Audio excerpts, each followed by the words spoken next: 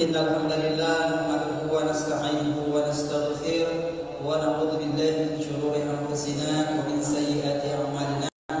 May yahdihillahu fala mudilla lahu wa may yudlil fala hadiya lahu. Asyhadu an la ilaha illallah wahdahu la syarika lahu wa asyhadu anna Muhammadan abduhu wa rasuluhu. Pertama dan paling utama kita panjatkan rasa syukur kita kehadirat Allah Subhanahu wa taala atas nikmat yang Allah berikan kepada kita. Pertama adalah nikmat iman, kemudian nikmat kesehatan, sehingga pada hari ini kita dipertemukan oleh Allah melaksanakan kegiatan tabligh akbar. Yang kedua, kita bersalawat atas junjungan Nabi besar kita Muhammad sallallahu alaihi wasallam serta keluarga dan para sahabat, jemaah, seluruh karyawan maupun guru serta orang tua murid SIT Darussalam yang kami hormati. Yang saya hormati pimpinan atau Yayasan Pendidikan Muslim Darussalam, Ustadz Idris, yang kami hormati manajer pendidikan Yayasan Darussalam, Ustadz Dedi, dan seluruh dewan guru yang hadir pada hari ini. Saya selaku MC izinkan membawa acara beberapa rangkaian. Yang pertama adalah tilawah yang insya Allah akan dilantunkan, dibacakan oleh Ustadz Dedi. Yang kedua adalah acara inti kita, yaitu tabligh akbar, yang insya Allah akan disampaikan oleh Ustadz Kiai Haji Taryudi LC MAG dan sekaligus memimpin doa di akhir acara. Sebelum kita melangkah acara pertama, mari kita buka acara kita ini dengan sama-sama membaca Al-Quran Al-Fatihah.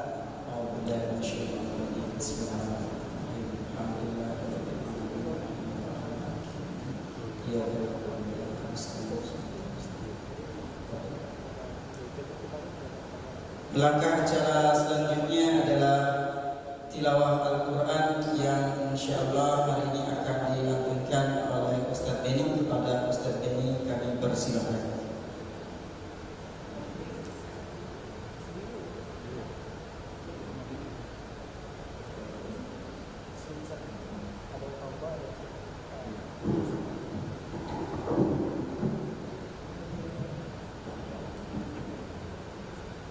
Assalamualaikum warahmatullahi wabarakatuh.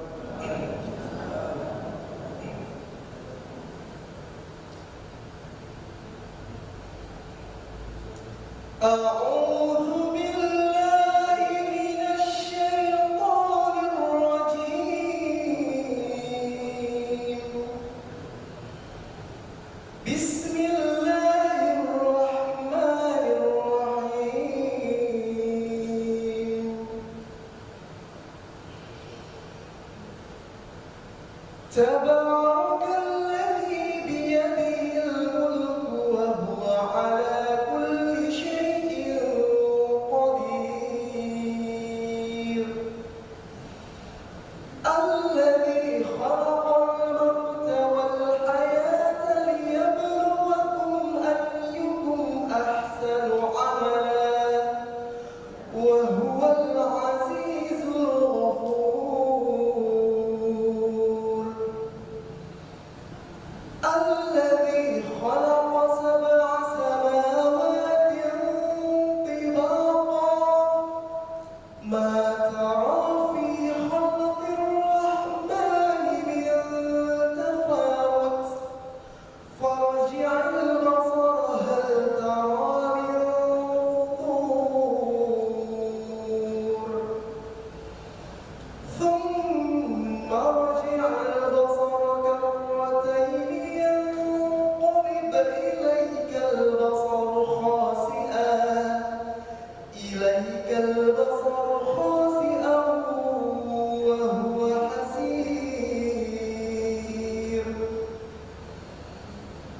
ولقد زينا السماء الدنيا بمصابيح وجعلناها رجوما للشياطين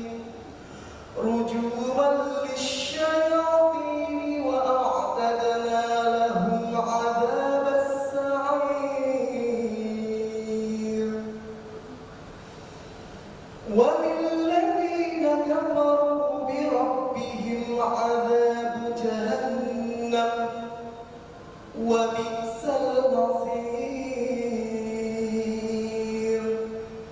إذا ألقوا فيها سمعوا لها شهيقا وهي تفور تكاد تميز من الغيظ كلما ألقي فيها فوج سألهم خزنتها ألم يأتكم نذير صدق الله العظيم ثم السلام عليكم ورحمة الله وبركاته.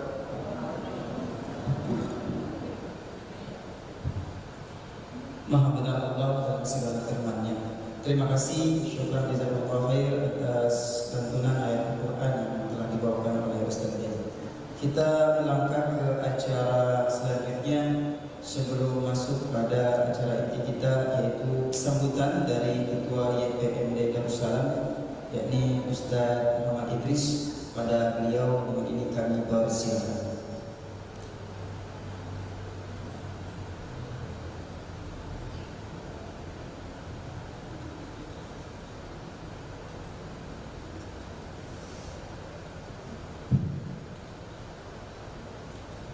Bismillahirrahmanirrahim.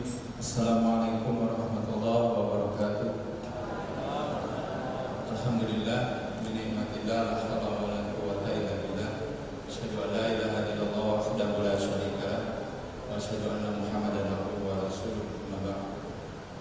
Ibu dan bapak yang dirahmati Allah Subhanahu wa taala, syukur alhamdulillah kita panjatkan kehadirat Allah Subhanahu wa taala pagi hari ini menjelang siang di hari Idul, tapi insya Allah kita tidak menimbulkan waktu kita sehingga kita berupaya untuk bisa hadir di tempat yang mulia ini untuk mengisi hari-hari Ramadan kita dengan ibadah, dengan talabul ilmi, dengan zikir dan lain sebagainya, khususnya juga dengan silaturahim yang bisa berkumpul di tempat ini. Mudah-mudahan kehadiran kita pada pagi hari ini dicatat oleh Allah Subhanahu wa taala sebagai salah satu amal terbaik kita di sisi Allah di yaumil qiyamah. Amin ya rabbal alamin. Yang kedua, kami ucapkan terima kasih masalah kepada Ustaz yang sudah bisa hadir di tengah-tengah kita jauh-jauh dari Probolinggo, Ustaz yang dari Jawa Tengah. Jadi Sangatas ini insya Allah banyak tiga orang dari luar, dari banyak kebanyakan perantauan yang dari selatan. Ada yang baru 1 bulan, ada yang sudah 1 tahun, ada yang 10 tahun, dan ada yang sudah berulang tahun di Sangatas. Tapi insya Allah Ustaz datang ke Sangatas dan sudah merasakan air minum Sangatas, ya akan teringat dan kemungkinan besar akan balik lagi ke Sangatas dalam waktu yang akan datang. Insya Allah seperti itu. Ini keyakinan orang-orang Sangatas yang udah lama nggak bisa keluar atau balik dari Sangatas seperti itu. Alhamdulillah, selamat datang dan bisa bersilaturahmi di tempat kami saat di Darussalam khususnya.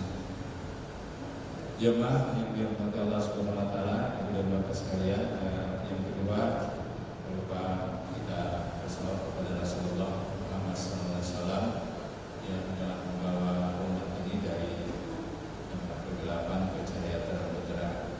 Insya Allah sampai saat ini kita merasakan begitu besar keberkahan yang Allah berikan melalui perantara Nabi kita Muhammad SAW. Mudah-mudahan kita diberikan istiqomah untuk senantiasa terus berbesar atau memanfaatkan sekali yang dibawa oleh beliau, khusus juga meneladani beliau dari segala macam aspek kehidupan. Pagi hari ini kita akan mendengarkan tausiah taklim talabul ilmi yang berkaitan dengan kebiasaan orang-orang saleh yang dalam meraih keberkahan Ramadan. ini juga link juga dengan tema kegiatan Ramadan Darussalam tahun ini, dengan ibadah yang maksimal, puasanya maksimal, baca Qurannya maksimal, sholat sunnahnya maksimal, infak sedekahnya juga maksimal. Maka insya Allah Ramadan kita berkualitas dan tentu saja memberikan nilai keberkahan yang Allah janjikan kepada kita insyaallah. Ini sudah memasuki hari tahapan kedua ya, tahapan kedua di bulan suci Ramadan. Di tahapan 1, tahapan 2, tahapan ketiga. Yang mudah-mudahan segala macam rangkaian kegiatan sudah disiapkan oleh Yayasan Pembinaan Muslim Darussalam melalui bidang dakwah, juga panitia, bisa mengajak kita semua, ibu dan bapak sekalian, untuk merasakan berkah Ramadan yang luar biasa yang sudah kita lalui beberapa hari yang lalu, dan kita akan lalui juga bersama sampai akhir Ramadan ini. Harapan tentu saja dan keinginan kita semua agar ibadah Ramadan ini bisa menjadikan diri kita lebih baik lagi sebagai target akhirnya atau ending dari kegiatan itu. Mudah-mudahan insyaallah kita dijadikan orang-orang yang memiliki keimanan dan ketakwaan kepada Allah Subhanahu wa taala sebagai bekal kita untuk menghadap Allah di yaumil qiyamah kelak. Sebagaimana yang kita sama-sama pahami bahwa tidak perlu banyak-banyak bekal yang kita bawa. Kalau kita memiliki mobil 10, tidak perlu dibawa mobilnya, ya. Punya harta yang banyak, tidak perlu kadang-kadang punya pasangan yang cantik atau yang ganteng, kita tidak perlu dibawa. Tapi yang kita bawa adalah bekal takwa yang kita dapatkan di bulan suci Ramadan ini. Fatazawwadu fa inna khairaz zadi taqwa. Ini mungkin target utama kita.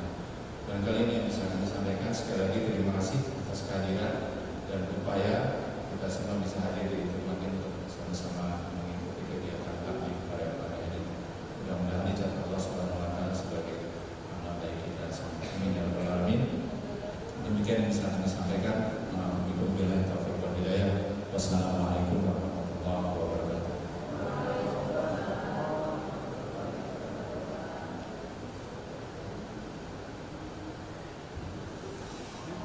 Terima kasih atas sambutan dari Ketua YPMDS Ustaz Muhammad Idris.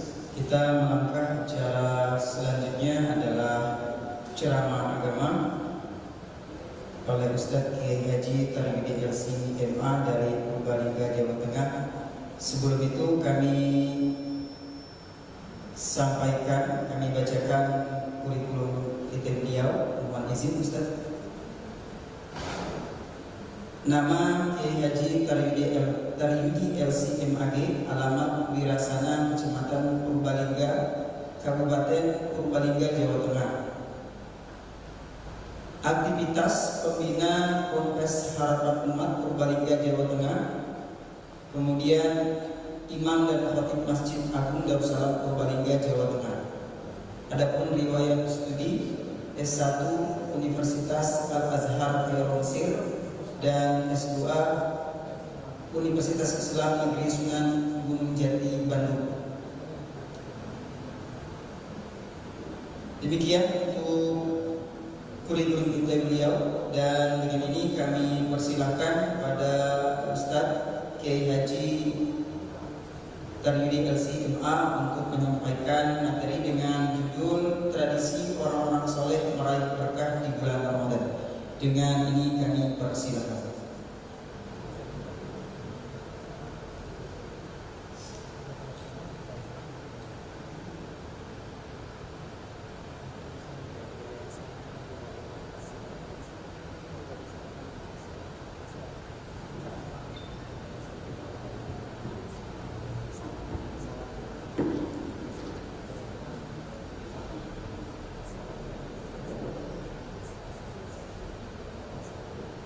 Bismillahirrahmanirrahim.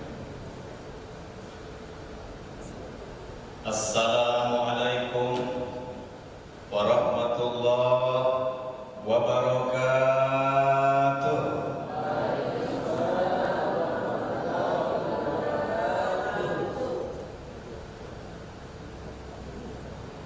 Kalimat syukur, alhamdulillah, salawat serta salam Semoga selalu tercurah kepada Rasul yang kita cintai, baginda Nabi Agung Muhammad Sallallahu Alaihi Wasallam. Yang kami muliakan dan hormati Ustaz Muhammad Idris selaku Ketua Yayasan Pembina Muslim Darussalam. Kami muliakan Manajer Pendidikan Ustaz Dedi. Yang kami muliakan segenap Ustadz dan Ustazah guru pendidik di YPM, Yayasan Pendidikan Yayasan Pembina Muslim Darussalam. Yang kami muliakan hadirin dan hadirat yang hadir pada kesempatan yang mulia di siang hari ini. Kami merasakan bahagia sekali bisa berada di kesempatan yang mulia di tengah bulan Ramadan, apalagi di tempat yang tadi menurut cerita Ustaz Idris dimulai dari perjuangan. Lembaga ini dan masjid ini catatan-catatan sejarah perjuangannya luar biasa. Kalau seperti ini terus, maka mudah-mudahan akan terus membesar, dan mungkin juga dari yayasan sendiri sudah merencanakan akan mendirikan perguruan tinggi di sini secara khusus. Sumbangsih yang luar biasa terhadap peradaban, insyaallah. Bapak Ibu, bagaimana kabar di pagi hari ini? Oh, ini khas jawabannya guru-guru. Sepertinya menyemangati diri ibu-ibu ya. Tapi tenanglah, yang hadir bersama kita juga banyak ini. Hanya mungkin tidak terlihat Pak ya. Kalau mereka menampakkan diri, kayaknya kita kabur semua dari masjid ini. Karena cuacanya siang, mungkin agak dingin di luar. Jadi mungkin yang hadir lebih ingin hadir dengan mendengarkan suara Darussalam. Karena mungkin suara kami lebih enak didengar lewat radio. Bapak Ibu yang kami muliakan, jika di pagi hari ini kita mau membahas mengenai apa tradisi orang-orang soleh meraih berkah di bulan Ramadan, maka terlebih dahulu sepertinya kita perlu menyamakan pandangan kita tentang apakah yang disebut dengan soleh. Soleh itu nama orang apa Bu? Nama orang ya.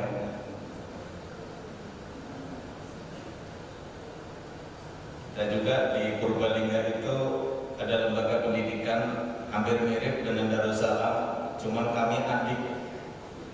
Kalau yang Darussalam di sini ini senior, muridnya juga sudah ratusan, Ustaz ya. Sudah 1000-an mungkin ya, 1000 lebih mungkin. SD sampai 1000. Wah, Masya Allah, luar biasa. Luar biasa.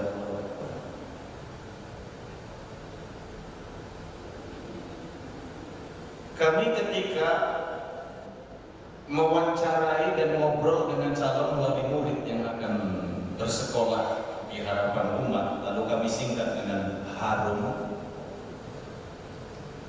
berangkat dari latar belakang pendidik, berangkat dari latar belakang yang rata-rata ekonominya menengah ke bawah apa ke atas Pak? Kalau di SIT itu kan ada sekolah Islam terpadu apa termahal Pak? Terpadu. Tidak, karena memang kebutuhan kita itu memang kebutuhan untuk pembangunan manusia. Maka untuk membangun manusia itu butuh biaya yang besar kalau ingin pembangunan manusianya berkualitas. Ketika kami tanya ini orang tua, Mungkin juga sama ketika dialog dengan Ustaz Idris. Kira-kira apa keinginan Bapak Ibu menyekolahkan anak Bapak Ibu ke sekolah ini? Mungkin ada di daftar pertanyaan. Motivasi apa yang membuat Bapak Ibu menyekolahkan anak Bapak Ibu di sini? Pasti rata-rata jawabannya adalah agar anak saya menjadi anak yang soleh, solehah. Pertanyaannya, soleh itu apa? Oh, soleh itu agar anak saya bisa sholat. Oh, soleh itu agar anak saya bisa hafal Quran. Apalagi Bu? Oh, soleh itu agar anak perempuan saya memakai jilbab. Apalagi? Maka Bapak Ibu, memang kalau soleh ini kan sudah menjadi bahasa Indonesia. Kalau di bahasa Indonesia apa ibu guru yang mengajar bahasa Indonesia soleh? Lebih kepada baik, mungkin baik. Soleh karena diambil dari bahasa Arab. Soleh itu lebih diartikan dengan cocok dan tepat. Misalkan kami memakai pakaian, pakaiannya cocok dengan saya, berarti pakaian ini disebut pakaian soleh. Kalau pakaian saya agak kebesaran sehingga menutupi seluruh tubuh saya, berarti baju saya tidak soleh. Oh, salah gitu. Salah, tidak soleh. Jadi soleh itu artinya tidak pas. Ibu-ibu misalnya memakai pakaian yang sampai membuat tangan ibu itu menjerit, paha menjerit misalkan, atau perut menjerit, ada Bu ya, karena saking apanya Bu, sempit. Nah, itu namanya baju soleh, bukan Bu? Itu bukan baju soleh, karena soleh adalah baju yang tepat, gitu, tepat untuk kita. Saya juga kalau pakai peci Pak, ini karena pecinya nomor 8, kasih nomor Pak ya.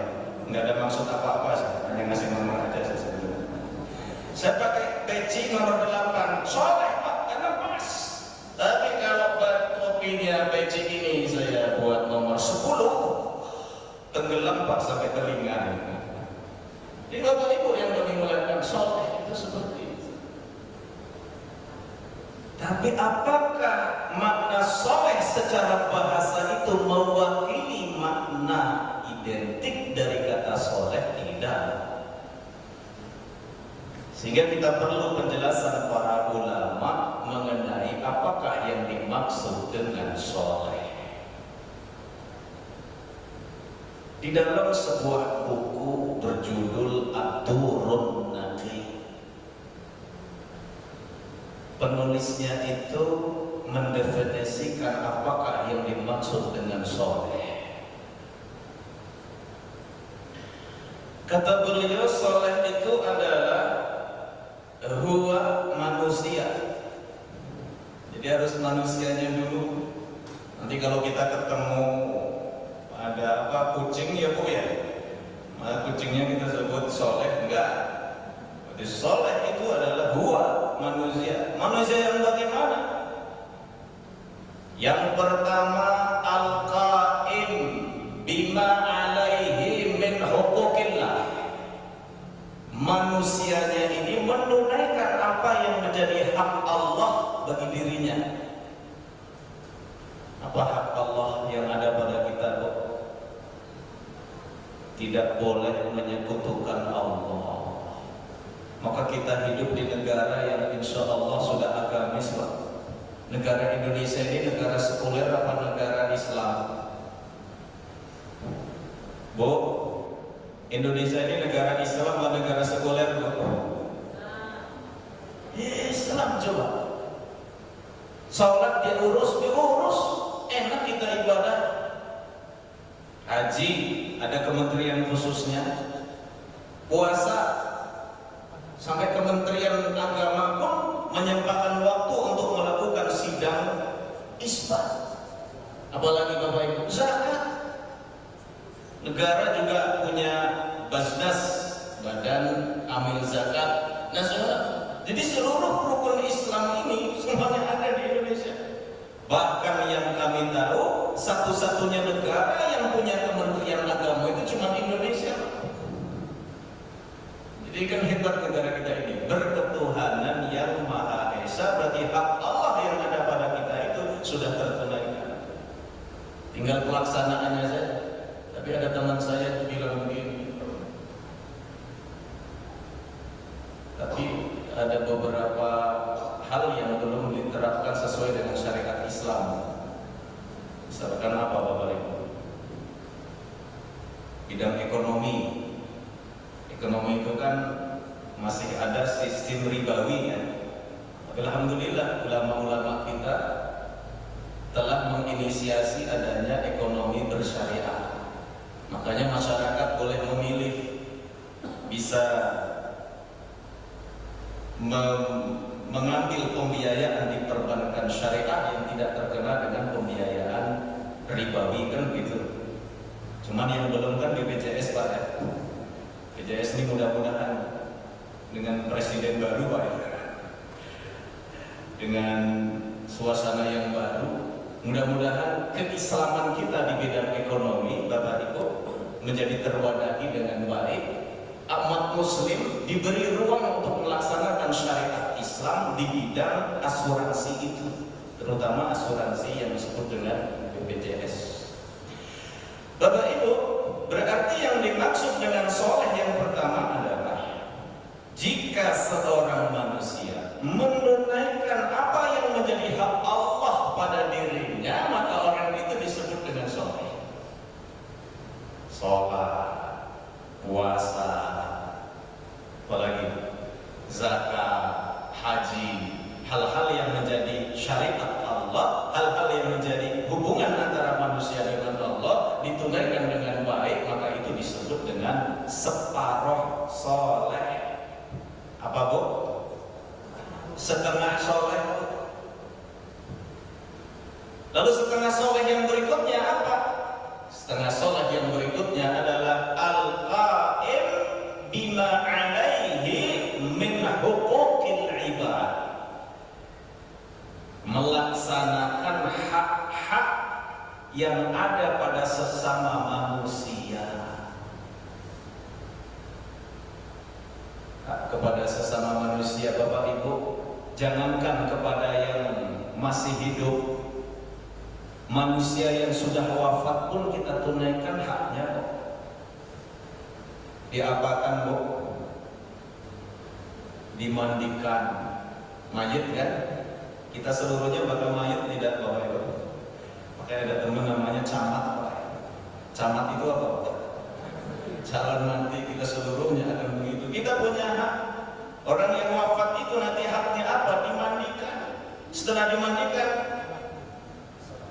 dikafani. Jangan langsung disolatkan Pak, nanti orang lari.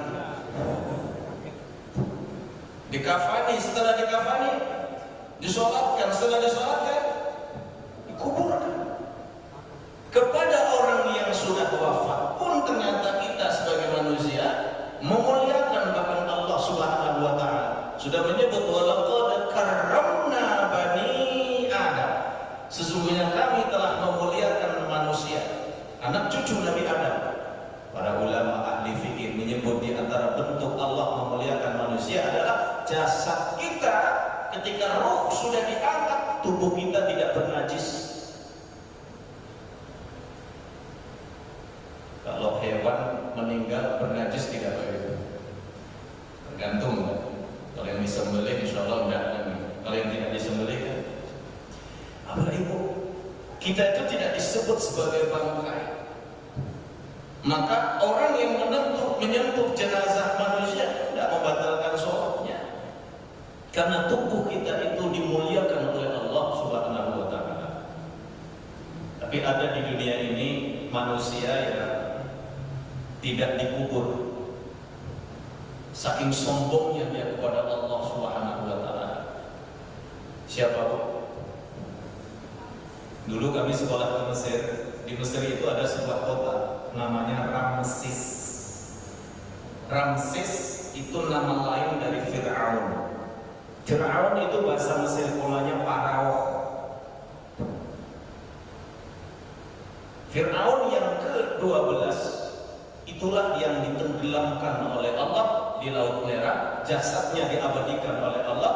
Hari ini kalau Bapak Ibu mau melihat Fir'aun yang ganteng itu ada di kota Ramses, tidak dimumikan, termumi sendiri. Kalau raja-raja yang sebelumnya memang dimumikan, tapi kalau itu mumi sendiri. Jadi memang tubuhnya itu diawetkan oleh alam, Allah yang membuat awet, itu tidak dikubur. Jadi ditaruh di atas tempat dengan etalase. Jadi dulu ketika kami masih mahasiswa, jalan-jalan lihat manusia paling hebat di bumi. Ya. Tidak dikubur. Kalau manusia tidak dikubur, dimuliakan tidak oleh. Itu adalah bentuk Allah, bentuk dari cara Allah untuk menjadikan Fir'aun sebagai tanda-tanda bagi orang-orang yang sombong di atas muka bumi. Apalagi kepada orang yang masih hidup, seorang muslim yang dia rajin sholat, khusyuk, bacaan Qur'annya pelan. Orang sholat, Bapak Ibu kalau jadi makmum ada nggak yang teriak-teriak? Tidak kan? Bapak Ibu sholat, takbir pun sebetulnya kalau dalam fikih, kalau kita takbir kan harus dikeraskan suaranya, Pak. Jadi kalau mau buka buku Subulus Salam yang ditulis oleh Imam As-Sun'ani, menyimpulkan pendapat Imam 4 mazhab, menyatakan bahwa takbir membaca Allahu Akbar rukun sholat, dan itu harus diucapkan Allahu Akbar, tapi tidak boleh dikuatkan, disuarakan terlalu kuat. Tapi banyak kami temukan kadang jamaah karena tidak belajar fikih, takbirnya dibatin, Pak. Ada Pak di Darussalam gitu.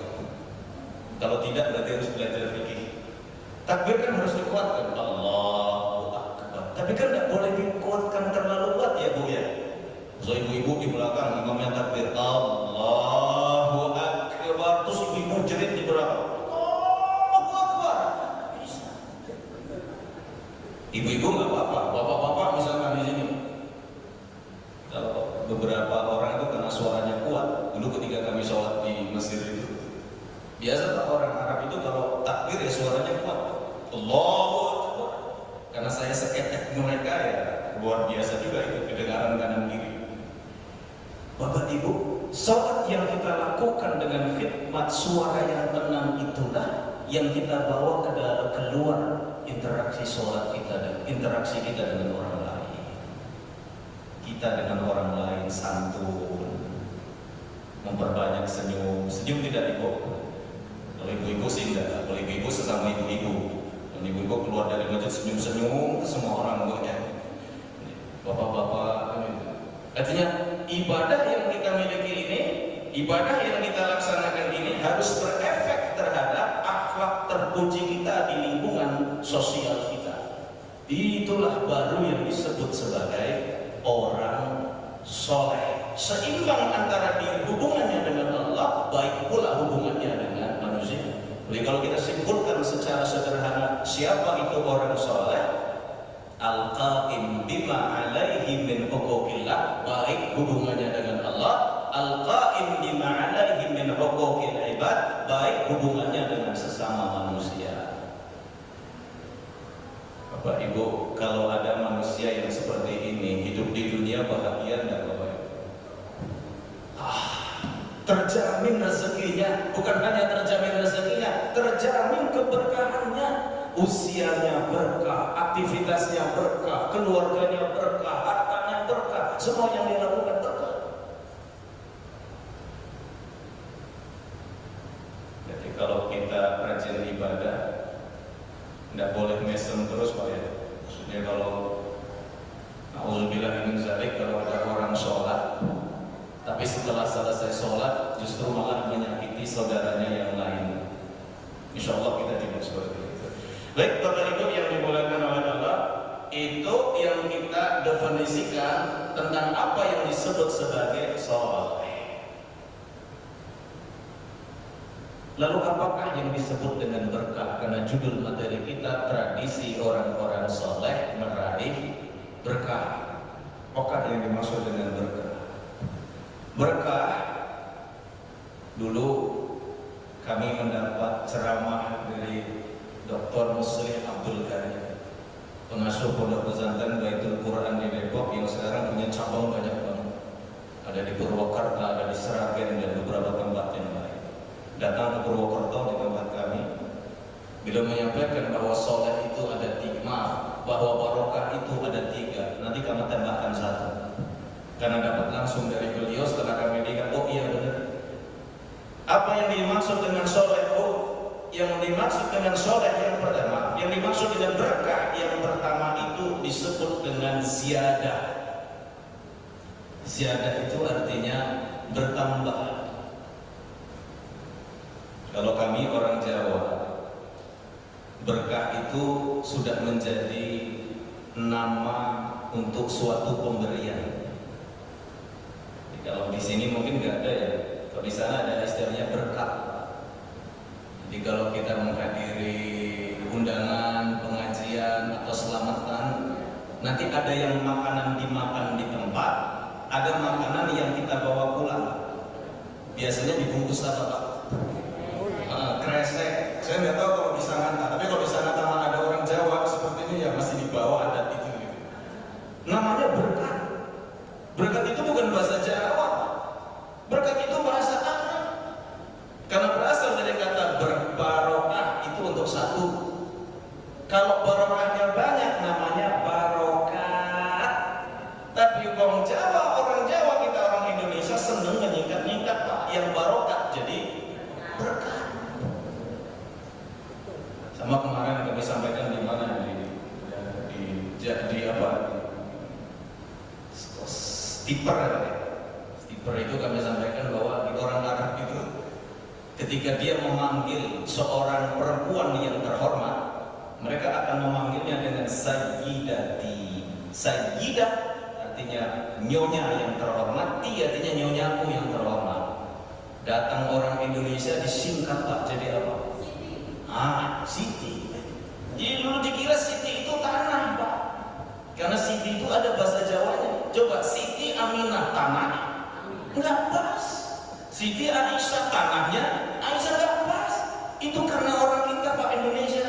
Bahasa Arabnya Sayyidati, datang orang Indonesia disingkat Siti. Sekarang orang Arab tidak ada yang menyebut Sayyidati ikut-ikut Siti. Makanya hebat orang Indonesia itu. Silakan buat yang aneh-aneh lah pokoknya. Orang lain akan ikut. Apa itu yang kami muliakan berkat. Dasar katanya barokat. Karena orang Indonesia itu udah mau susah-susah. Pemending orang Jawa itu maunya yang simpel saja. Berkat. Padahal isi berkat apa Bu?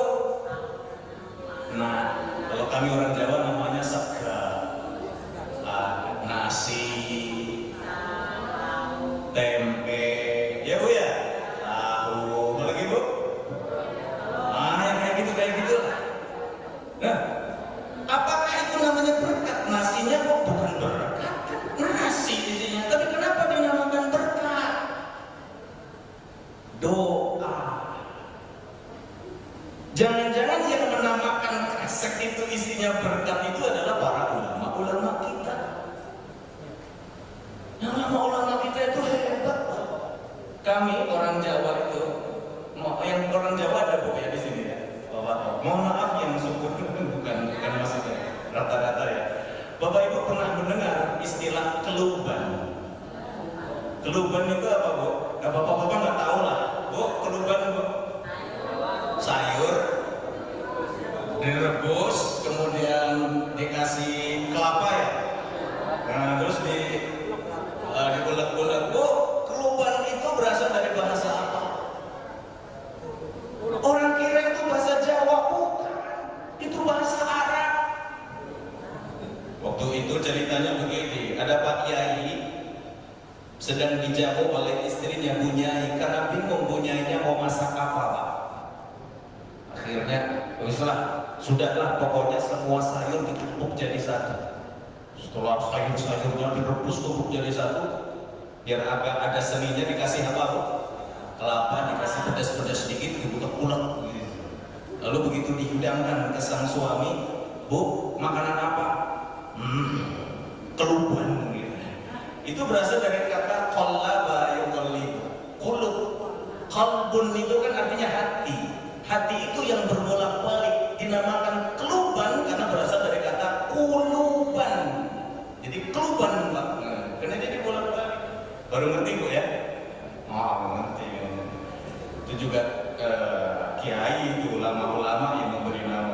istilah-istilah di sekitar kita. Nggak tahu Pak Syarif kalau di Cirebon, Keluban ada Pak Syarif? Urap ya, urap. Diganti Pak namanya di Keluban, udah jadi Arab. Bapak Ibu yang kami muliakan, jadi berkat arti yang pertama, berkah arti yang pertama adalah ziyadah, bertambah. Apa tanda bahwa Yayasan Pembina Muslim Darussalam itu berkah? Bertambah. Tadi Ustaz Idris cerita mulai sekolah dulu minjem Pak ya, minjem barak yang sudah tidak terpakai dipinjam, murid bertambah lagi tidak Pak? Bertambah, maka setiap sesuatu yang mengalami penambahan maka itu indikasi bahwa sesuatu itu berkah. Pak Ibu punya anaknya nambah tidak? Bu, anaknya nambah tidak Bu? Nambah kan? Awalnya tidak punya anak 1, 2, 3, sekarang punya cucu Bu? Yo, bapak-bapak sekarang punya anak tidak Pak? Punya, jadi anak 1, 2 nambah. Kalau istri Pak? Oh enggak berani ya berkahnya ya. Maaf ibu-ibu, kadang-kadang bapak-bapak suka kalau pertanyaannya seperti itu. Walaupun sampai rumah diem. Bapak Ibu yang kami muliakan, jadi berkah itu artinya bertambah. Semua bentuk penambahan maka disebut dengan berkah. Makanya dulu kalau kami pulang ke Purbalingga, itu kakek nenek itu biasanya kalau keluarga datang lalu anak bertambah setiap tahun, itu pasti ucapan dari nenek-nenek kakek-kakek zaman dulu itu berkah kan gitu kan. Kok nambah anak kok berkah artinya ya nambah. Nambah Pak? Nambah istri berkah kan ya? Oh itu berkah, berkah itu berkah insyaallah. Tapi itu hanya orang-orang khusus. Yang kedua Bapak Ibu yang dimaksud dengan berkah adalah an-numu, berkembang. Numbuh itu berkembang. Berkembang itu hampir mirip dengan bertambah. Tapi kalau kami sih istilah berkembang itu baru paham ketika di Mesir.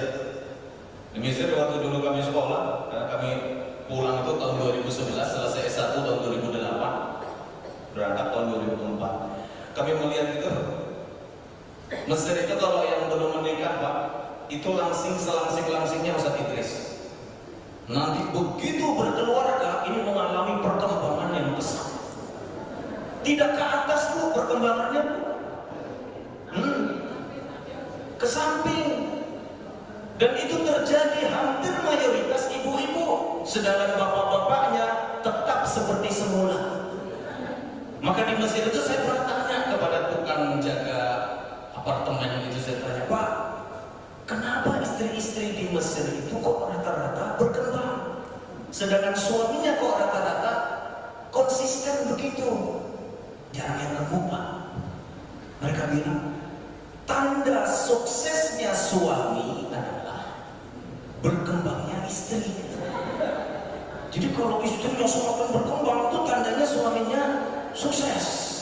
Kalau di Indonesia kayaknya kebaliknya.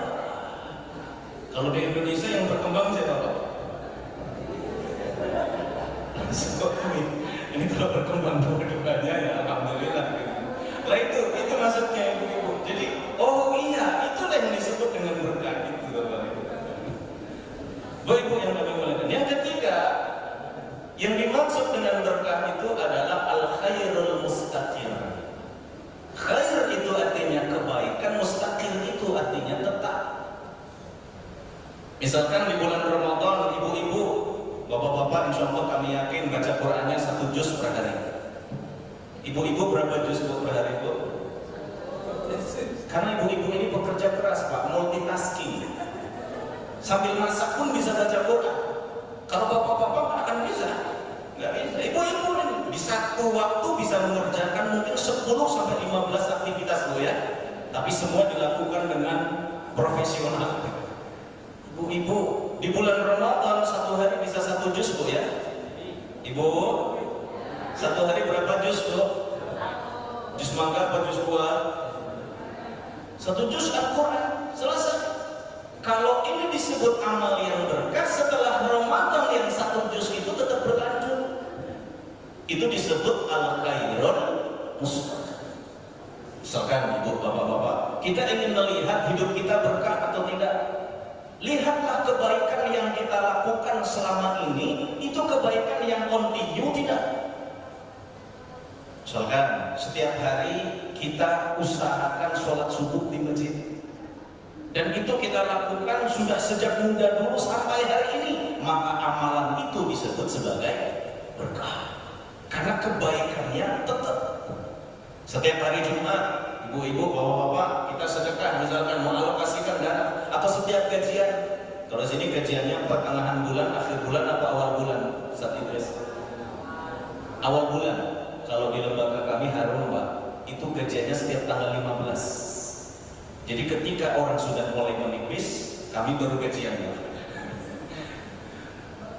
Jadi Bapak Ibu yang kami muliakan, al-khairun mustaqim, misalkan seseorang baru gajian, dia alokasikan misalkan 100.000,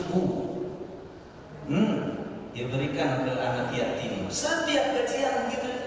Udah, walaupun hanya 100.000 rutin, tidak pernah dia tinggalkan, maka itu disebut sebagai berkah. Maka lembaga pendidikan, lembaga yayasan pembina Muslim Darussalam ini yang tetap konsisten di dalam kebaikan, memberi kontribusi di bidang pendidikan, mencerdaskan umat, konsisten seperti ini nih, terus, maka insya Allah disebut sebagai berkah. Jadi ciri berkah adalah al-khairun mustaqim, kebaikannya tetap. Yang terakhir, yang keempat, kalau yang tadi 3 itu sumbernya dari Dr. Musli Abdul Karim, yang ketika kami rujuk ke dalam buku-buku yang menjelaskan mengenai berkah, ya maknanya 3 itu. Tapi ada tambahan satu lagi. Apa itu berkah? Bapak Ibu, yang dinamakan dengan berkah itu adalah sa'adah. Sa'adah itu kita artikan dengan kebahagiaan. Bapak Ibu hari ini bahagia nggak? Hak berkah itu. Mulanya kan kita oleh Nabi itu disimbolkan dalam hidup ini, kalau ketemu orang senyum, walaupun mungkin punya utang Bu ya, nggak masalah. Tapi ketemu orang harus senyum, biar orang melihat kita itu bahagia. Walaupun setelah orangnya lewat kita ngapain? Ya senyum. Tapi ibu jangan senyum-senyum pas lagi ngaca Bu ya. Jadi berkah itu artinya bahagia. Makanya Bapak Ibu, kalau kita kumpulkan makna berkah secara bahasa, maka berkah itu artinya bertambah, berkah itu artinya berkembang, berkah itu artinya al-khairul mustaqim, kebaikan yang menetap, dan yang terakhir berkah itu adalah bahagia. Baik. Tapi kembali lagi bahwa dalam memahami istilah yang digunakan di dalam Islam, kita tidak bisa hanya merujuk di dalam kosa makna bahasanya, karena makna bahasa tidaklah identik untuk memaknai sesuatu. Sama seperti sholat. Sholat itu kan kalau secara bahasa artinya doa, padahal sholat itu secara syariat tidaklah disebut hanya dengan berdoa. Walaupun isinya sholat itu cuma 2, berdoa dan memuji Allah, as-sana wa du'a. Lalu apa makna berkah yang difahami oleh para ulama? Berkah itu apa? Yang dimaksud dengan berkah, ma'asyiral mu'minina wal mu'minat rahimakumullah, adalah al-khair al-ilahi fi syai'. Sebut dengan berkah. Kami ulang, kami mengambil rujukannya dari Imam Al-Isfahani, seorang ulama yang sangat pakar dalam hal menerjemahkan kosakata atau makna-makna di dalam Islam. Kami ulang bahwa berkah artinya subutu al-khairi al-ilahi fi syai'. Subut artinya tetap, al-khairil ilahi, kebaikan kepada Allah, fi syai', pada sesuatu. Berarti yang dimaksud dengan berkah adalah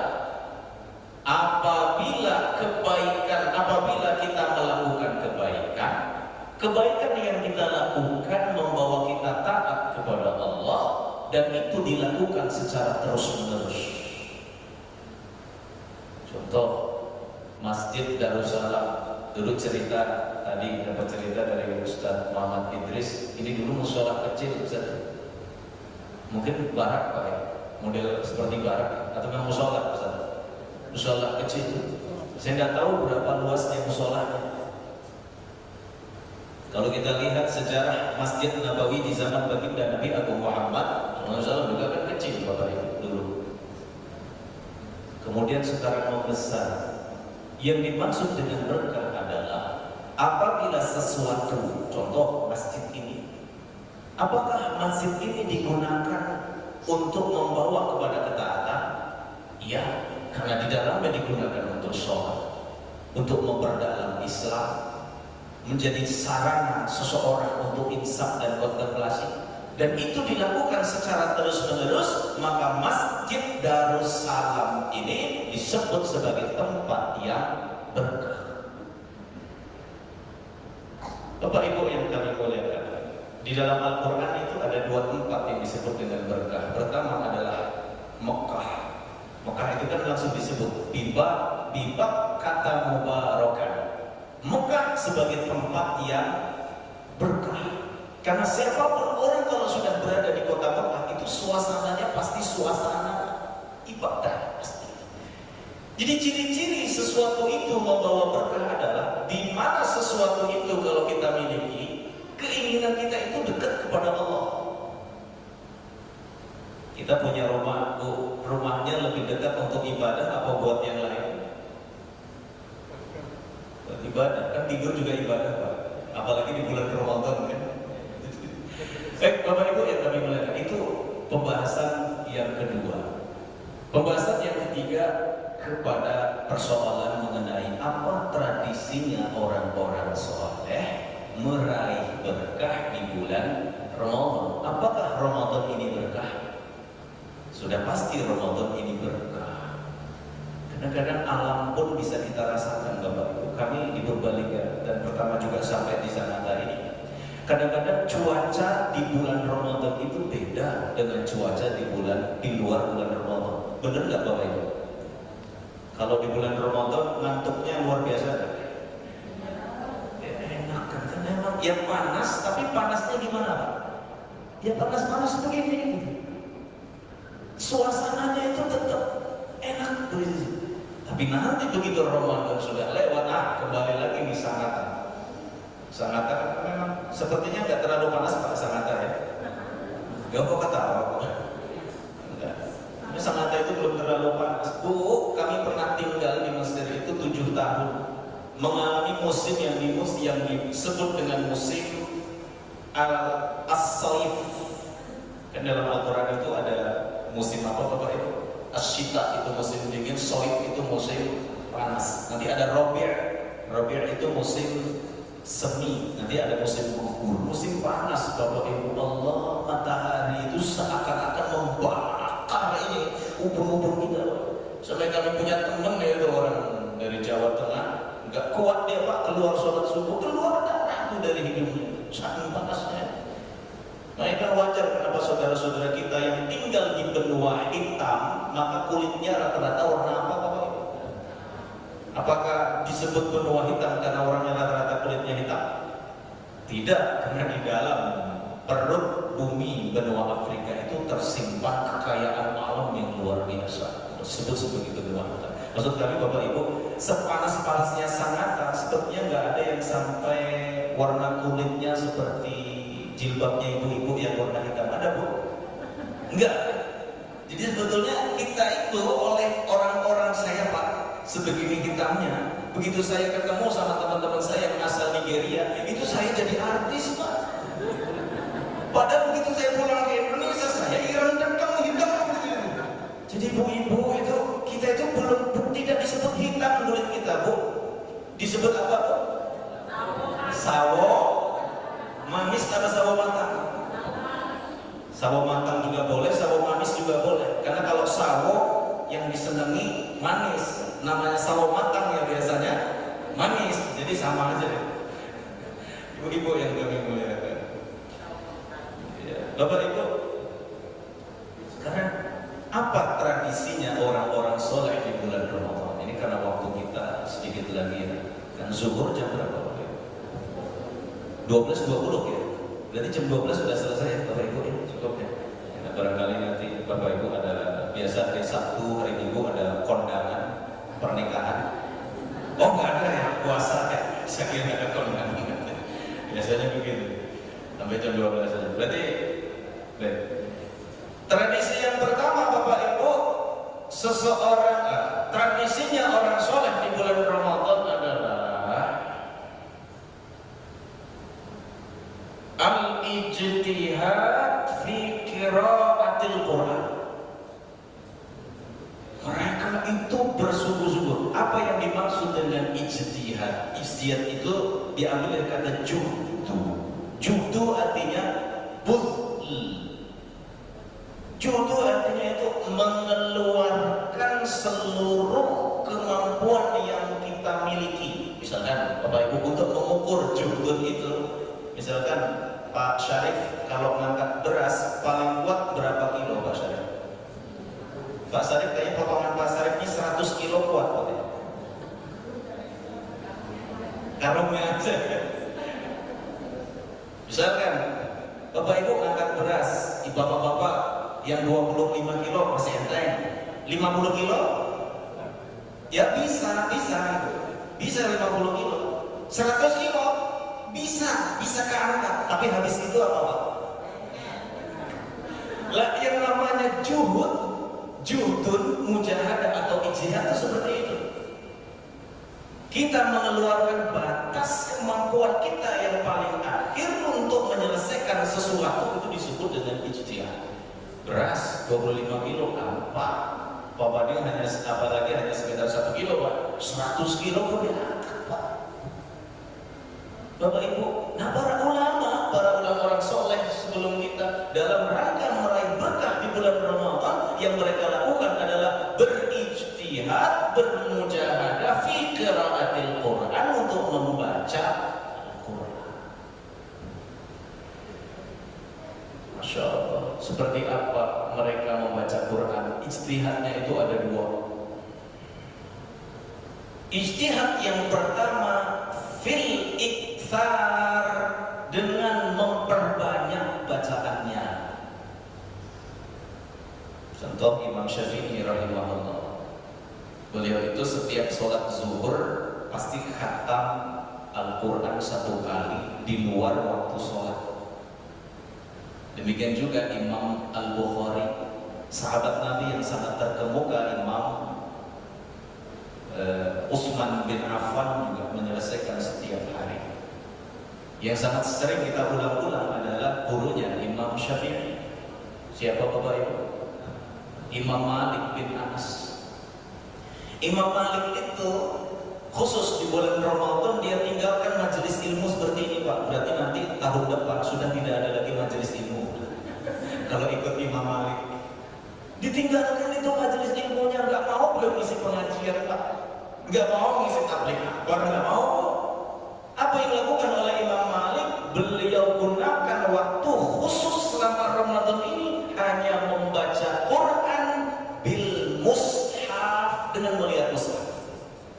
Padahal beliau kan hafal Quran, tapi khusus bulan Ramadan baca, maka sudah tidak terhitung berapa kali khatamnya Imam Malik. Karena gurunya begitu terhadap Al-Quran, maka muridnya Imam Syafi'i pun mirip dengan sang guru. Imam Syafi'i itu kan berguru kepada Imam Malik 18 tahun. Imam Syafi'i mengatakan, andai Imam Malik belum wafat, saya tidak akan meninggalkan kota Madinah. Tapi ketika Imam Malik sudah wafat, tiada lagi orang yang bisa saya ambil ilmunya, maka saya pun pergi ke kota Baghdad. Ibu-ibu, bapak-bapak pernah nggak berguru kepada orang 18 tahun? 6 tahun pun di SD itu gurunya beda-beda. SMP, SMA 18 tahun. Maka wajar kesalehan Imam Malik itu tertransfer kepada Imam Syafi'i. Ini menjelaskan bahwa guru itu memang memiliki peran. Kami sering ngobrol dengan Ustaz Hamim At-Tohari. Dalam diskusi-diskusi itu sebenarnya sudah ada model pengembangan begini, Pak. Bahwa guru Quran itu sebetulnya bukan hanya transfer talaqi huruf per huruf Al-Qurannya, tidak. Tapi transfer Al-Quran itu sesungguhnya ada transfer ruhiyah, spiritualitas juga. Kami merasakan dulu ketika kami setor hafalan Quran dengan guru kami Syekh Muhammad Sulaiman, menyelesaikan dua menyelesaikan dua jalur hafalan Syatibiyah dan Thayyibah dengan beliau di Mesir itu. Selama dengan beliau itu kok rasanya memang sebagai seorang guru itu tidak hanya mengajarkan soal lafaz-lafaz saja, tapi hadirnya itu hadir juga secara spiritual. Bapak Ibu yang kami muliakan. Baik, jadi para ulama di zaman dulu itu mereka memang punya target waktu, punya target secara kuantitas membaca Al-Quran. Maka sebagai bentuk tradisinya orang-orang soleh meraih berkah di bulan Ramadan adalah perbanyaklah membaca Al-Quran sebanyak-banyaknya. Kalau ibu-ibu paling banyak berapa kali khatam? Yayasan Pembina Muslim ada door prize nggak Pak untuk yang baca Quran paling banyak? Kayaknya boleh juga, hadiahnya umroh langsung.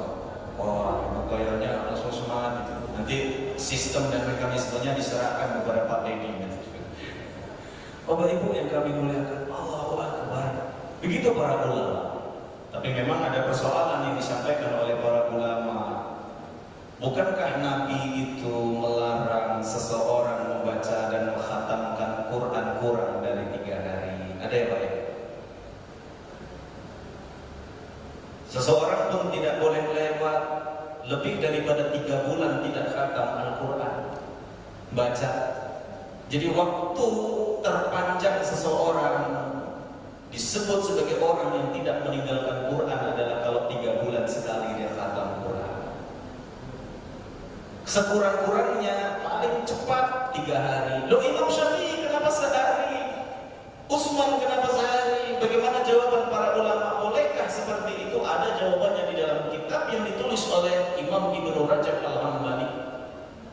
Apa kata beliau? Innama waradan nahyu an qira'atil Qur'ani fi aqalli min 3 'ala al-mudawamati 'ala zalik. Larangan seseorang mengkhatamkan Quran kurang dari 3 hari kalau dilakukan secara terus-menerus. Di luar bulan Ramadan ibu-ibu khatam Al-Quran setiap 2 hari sekali, karena di bulan Ramadan khatam berapa kali Bu? 2 hari sekali misalkan. Terus itu tidak boleh. Amma fil awqatil mufaddalati, sementara kalau itu terjadi di tempat di waktu yang berkah Ramadan, wa fil amakinil mufaddalah, di tempat yang berkah misalkan Mekah, yustahabul iktsaru fiha min tilawatil Quran, dianjurkan untuk banyak membaca Quran. Untuk apa kata Imam Ibnu Rajab Al-Hambali? Ihtinaman li fadilati zamani wal makan, untuk meraih keberkahan waktu dan tempat. Makanya kita boleh khatam Quran setiap hari itu kalau di bulan Ramadan. Di luar bulan Ramadan hukumnya menjadi larangan lagi. Maka ma'asyiral mu'minin yang melakukan itu berhubungan dengan Al-Quran yang pertama. Hubungan Al-Quran yang kedua, tradisi orang soleh itu adalah al-buka'u fi tilawatil Qur'ani khusyu'an wa ikhbatan lillahi ta'ala. Baca Quran itu mereka menangis sebagai wujud rasa khusyuk dan tunduk kepada Allah Subhanahu wa Ta'ala. Makanya baginda Nabi itu setiap hari Jumat subuh itu pasti beliau akan membaca surat Alif Lam Mim As-Sajdah di rakaat yang pertama. Di rakaat yang kedua beliau pasti membaca surat Al-Insan. Maka dulu ketika kami mondok, baik di Dayak Ulumuddin di Loksemawe Aceh Utara atau di pondok kami yang kedua di Pondok Pesantren Darul Ulum Asahan, Kisaran, Sumatera Utara. Itu para guru-guru kami menunjuk para santri-santri yang hafal Quran untuk menjadi imam. Saat menjadi imam di Jumat pagi itu wajib dibaca Pak satu surat Alif Lam Mim Az-Sajdah. Enggak banyak Pak, cuma 3 halaman.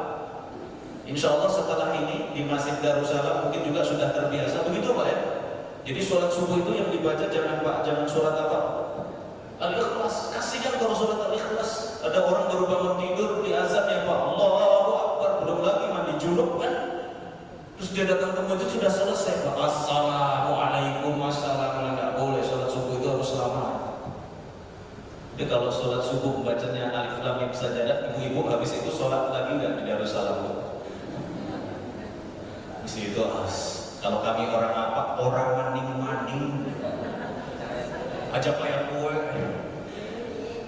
Bapak Ibu yang dimakan oleh Allah, bukan pada soal bahwa baginda Nabi membaca Alif Lam Mim saja, bukan. Karena di tengah-tengah surat itu baginda Nabi Muhammad sallallahu alaihi wasallam membaca ayat yang di dalamnya ada sujud tilawah. Untuk apa baginda Nabi sujud tilawah? Memberi isyarat kepada para sahabat.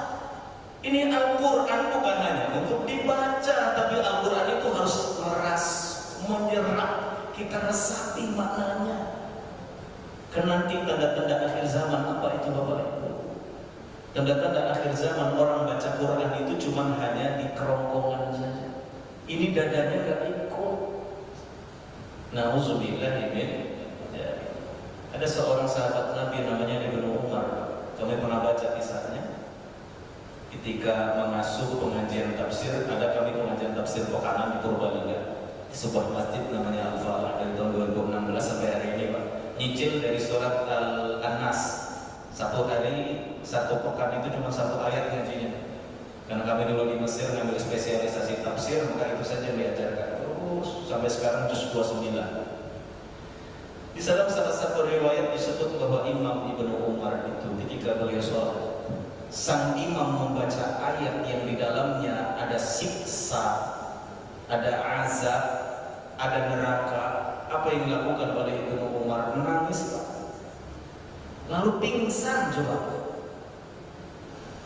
Saking seperti itulah para sahabat di zaman baginda Nabi Muhammad, dan juga pernah mendapati baginda Nabi ketika meminta para sahabat untuk membacakan Quran, apa yang dilakukan oleh Nabi? Menangis kan?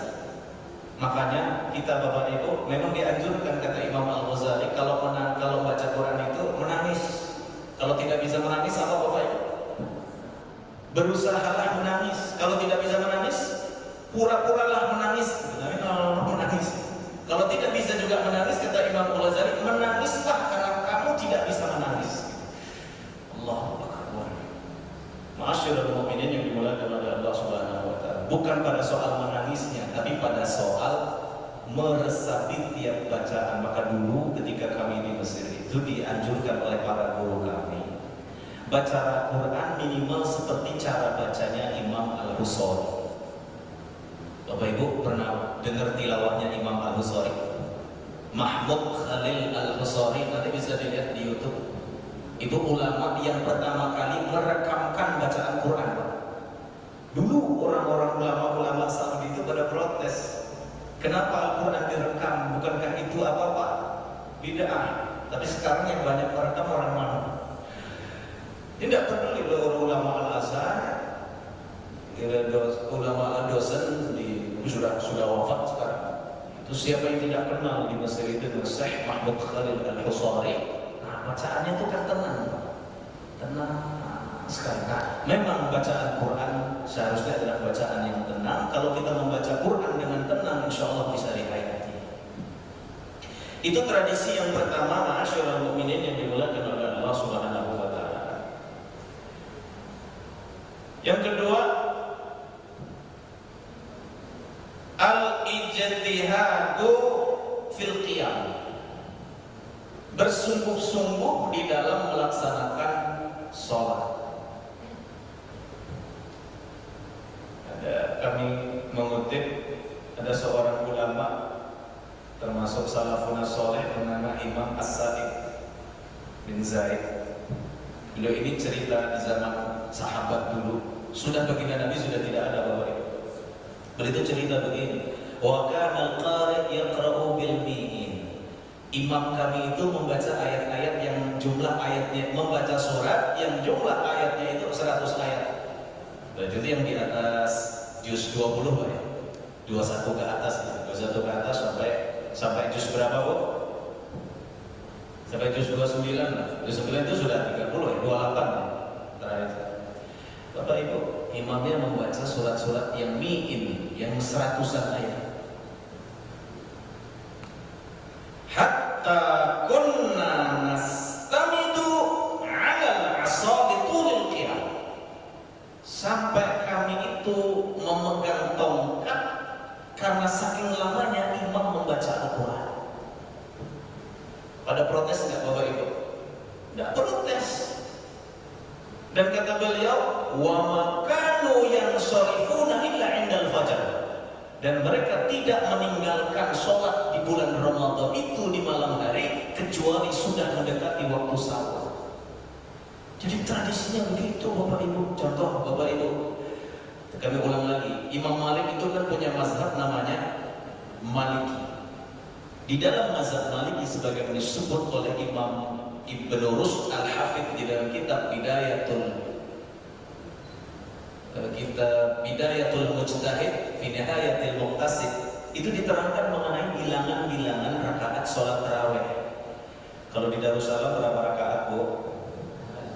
11. 11-nya santai apa tenang?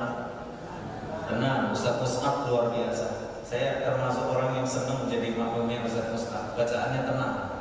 Karena ada orang sudah rakaatnya 11, bacaannya gimana Pak?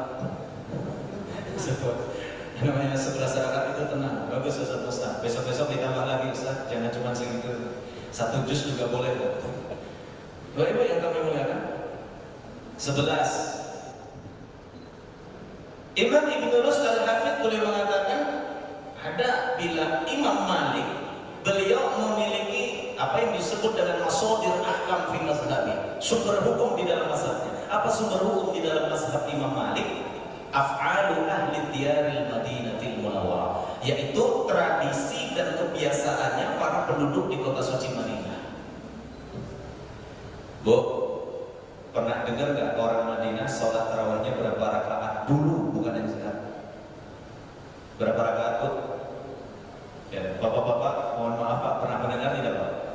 Berapa banyak sholat tarawihnya orang di kota suci Madinah di zamannya Imam Malik atau di zamannya Imam Ibnu Rushd menulis kitab itu? Bapak Ibu, sholat witirnya cuma 3 rakaat. Tapi sholat tarawihnya 36 rakaat. Baru mendengar ya? Jadi kalau dijumlah berapa Bu? 39. Nanti bisa dilihat dirujuk di kitabnya Imam Malik menggunakan itu. Jadi kalau kita mau nyoba di Masjid Darussalam berapa rakaat Pak? 39 rakaat. Itu bukan yang cepat-cepat. Karena mulainya habis Isya, itu baru selesai jam berapa Pak? Sebelum sahur. Dan mereka mengatakan tidak ada yang meninggalkan masjid Pak. Allahu Akbar. Itu kayaknya habis sholat langsung apa Pak?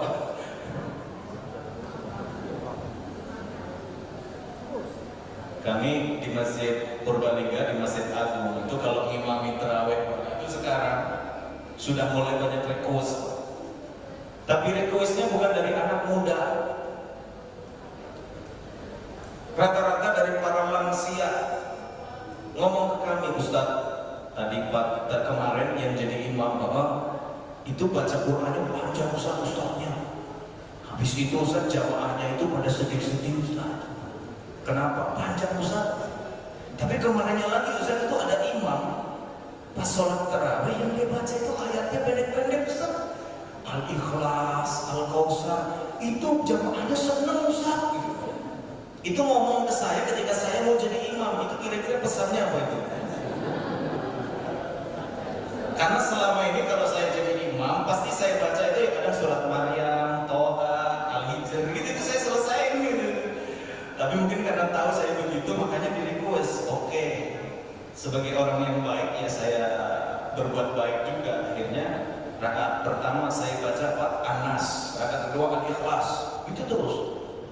Begitu selesai, biasanya berapa menit habis, ini hanya sekitar 15 menit sudah selesai Pak. Begitu selesai itu jamaah Pak nyalamin Pak. Senang banget mereka, ya Allah. Kalau begitu kira-kira saya harus memperlambat sholat apa menyenangkan jamaah? Bapak Ibu, mohon maaf, seharusnya kalau orang sudah tua memang tidak mampu berdiri lama, gunakanlah kursi. Kalau waktu di Mesir kami lihat begitu Pak, kalau yang sudah sepuh-sepuh tua-tua itu biasa di pinggir-pinggir, itu disediakan kursi-kursi itu. Jangan yang sudah tua berdirinya di belakang imam. Nanti imamnya yang saya mau baca lama tapi gara-gara ada siapa Pak? Oh di belakang. Kalau memang tidak kuat berdiri, duduk. Supaya apa? Supaya hak jamaah yang lain ingin lama itu jadi. Maka dulu kan ada protes, Bapak Ibu pernah mendengar.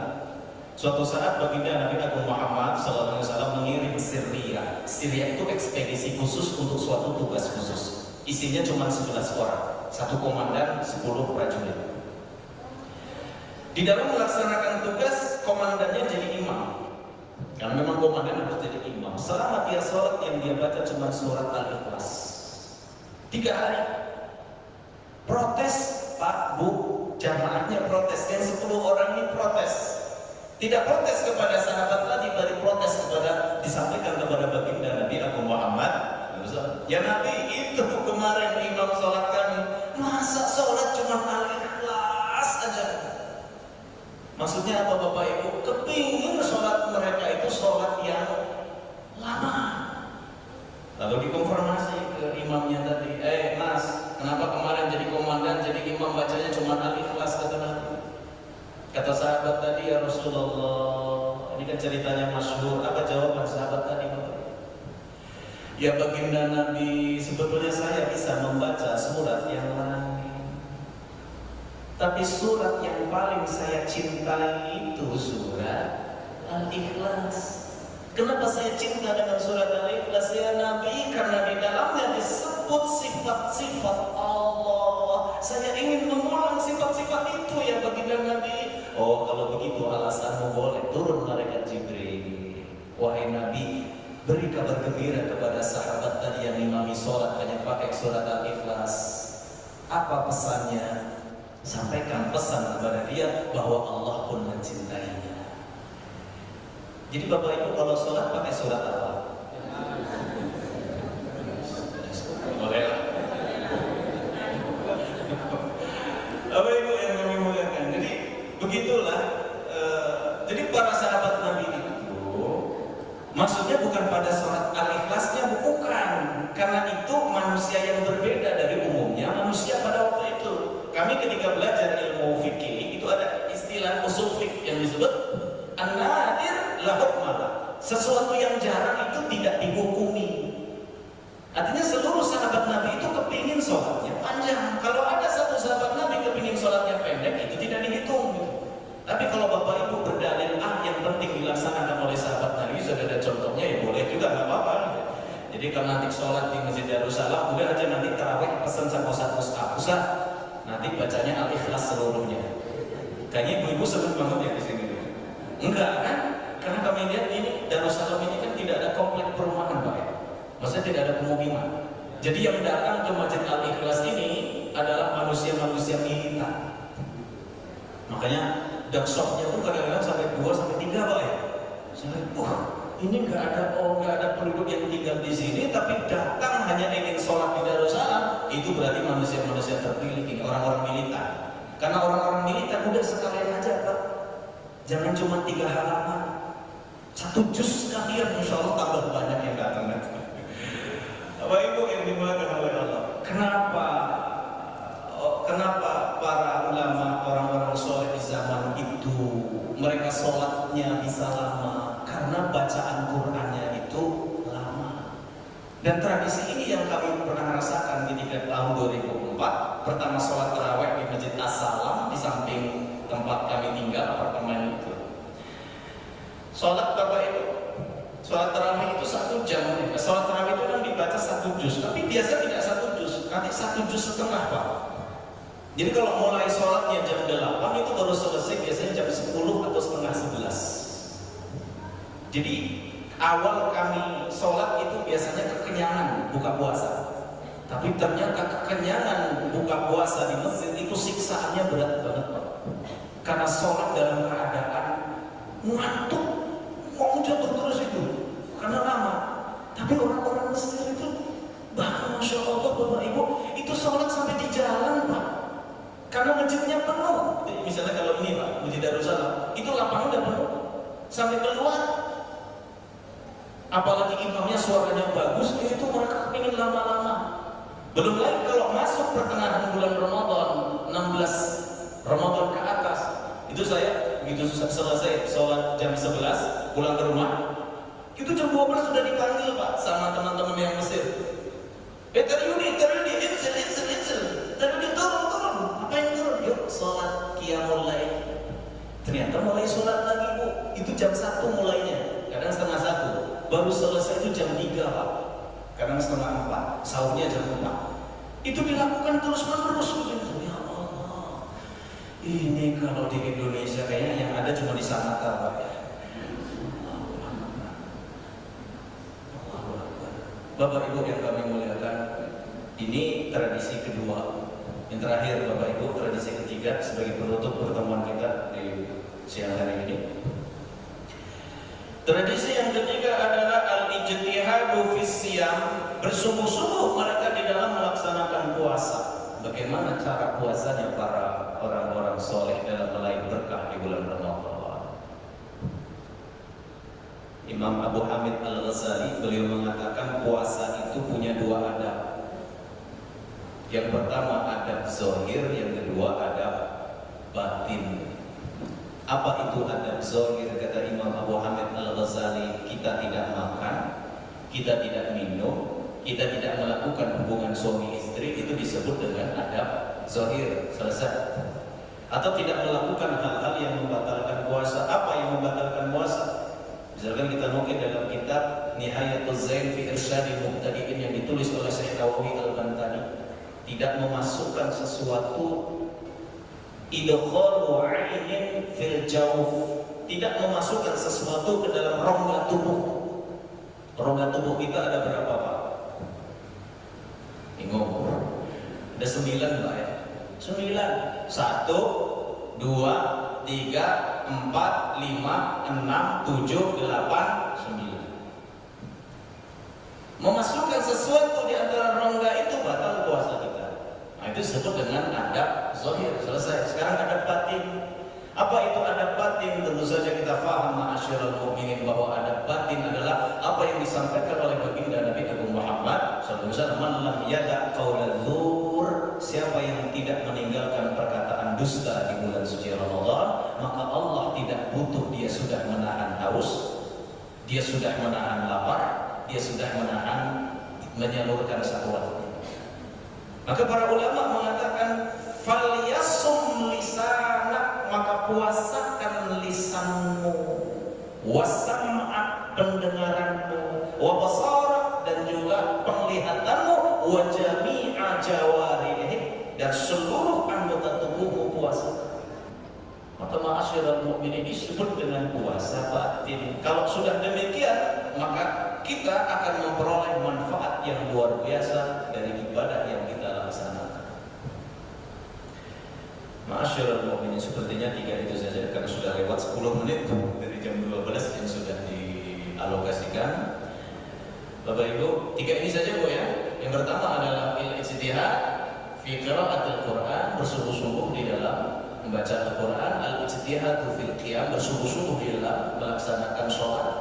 Yang ketiga al-ijtihadu fis shaum, bersungguh-sungguh di dalam berpuasa. Sebetulnya masih banyak lagi tradisi-tradisi lain-lain, tapi sepertinya kalau kita kaji ini sampai sholat tarawih nggak selesai. Mungkin kapan-kapan lagi bisa kita sambung.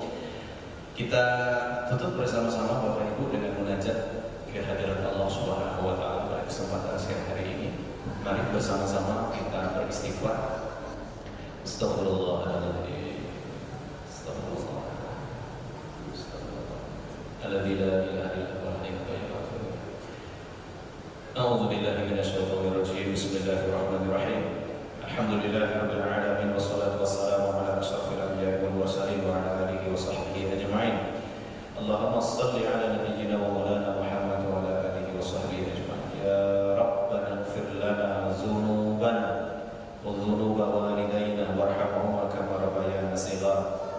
Ya Allah, ampunilah dosa hamba-Mu ini. Ampunilah pula dosa kedua orang tua kami, baik yang masih hidup maupun yang telah wafat. Sayangilah mereka berdua ya Allah, sebagaimana mereka menyayangi kami sewaktu kecil. Rabbana taqabbal minna siyamana wa salatana wa qiyamana wa ruku'ana wa sujudana wa tamin taksirana ya arhamar rahimin. Ya Allah, terimalah ibadah puasa kami, terimalah sholat kami, rukuk kami, sujud kami, sempurnakan kekurangan-kekurangan kami ya Allah di dalam beribadah. Allahumma aslih lana dinana alladhi huwa ismatu amrina wa aslih lana dunyana allati fiha ma'ashuna wa aslih lana akhiratana allati ilaiha ma'aduna. Ya Allah, perbaiki Islam kami karena Islam menjadi pedoman dalam hidup kami di dunia ini. Ya Allah, perbaiki pula kehidupan kami di dunia ini karena kami masih hidup di dalamnya ya Allah. Ya Allah, perbaiki juga akhirat kami karena kami yakin akan kembali ke akhirat-Mu ya Rahman. Allahumma adfa'na al-bala wal ghala wal waba wa syada'id wal mihan min biladina Indonesia, biladil muslimina amah ya arhamar rahim. Ya Allah, angkatlah krisis, musibah, malapetaka, bencana yang melanda negara kami Indonesia ini ya Allah. Jadikan negara kami ini negara yang aman, makmur, adil, sejahtera, sentosa. Allahumma ansuril ikhwana al-muslimin al-mujahidin al-mazlumin al-mustad'afin fi Gaza. Ya Allah, bantu saudara-saudara kami yang teraniaya, yang terzalimi di bumi Palestina, di jalur Gaza ya Allah. Allahumma ansurhum nasran aziza waftah lahum fathan mubin. Ya Allah, turunkan pertolongan-Mu kepada mereka, beri kepada mereka kemerdekaan. Rabbana atina fid dunya hasanah wa fil akhirati hasanah wa qina azabannar. Subhana rabbika rabbil izzati amma yasifun wa salamun ala al-mursalin walhamdulillahi rabbil alamin. Al-Fatihah.